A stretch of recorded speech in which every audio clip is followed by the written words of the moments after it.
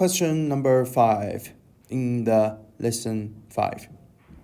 A 8 by 8 by 8 cube is painted and then cut into 1 by 1 by 1 cubes.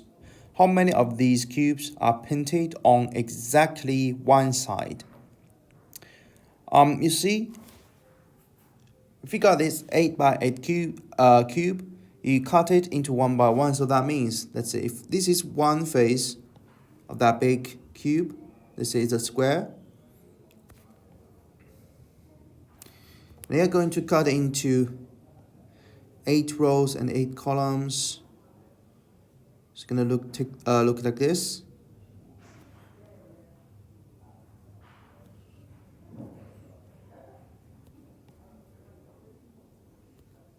Okay, this is 8 rows, this is 8 columns.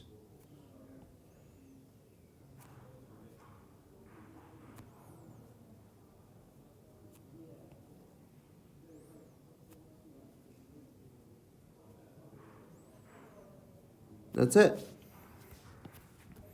And actually, you see, at the corners, these 4 cubes, they will be painted by 3 faces. And as for these cubes on the edges, they will be painted by 2 faces, right? But as for all the squares that is in the middle of every face, so that will be painted only 1 face. But how many faces are there? How many cubes are there? So the number of cubes in each face will be, you see, going to be a square, and it'll be 6 times by 6. You got 36.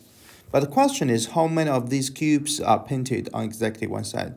So it means the total number of cubes in that big cube.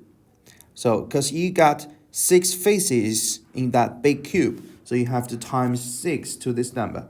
So that'll be 36 times by 6. That's how you get this 216, which is the answer to this question.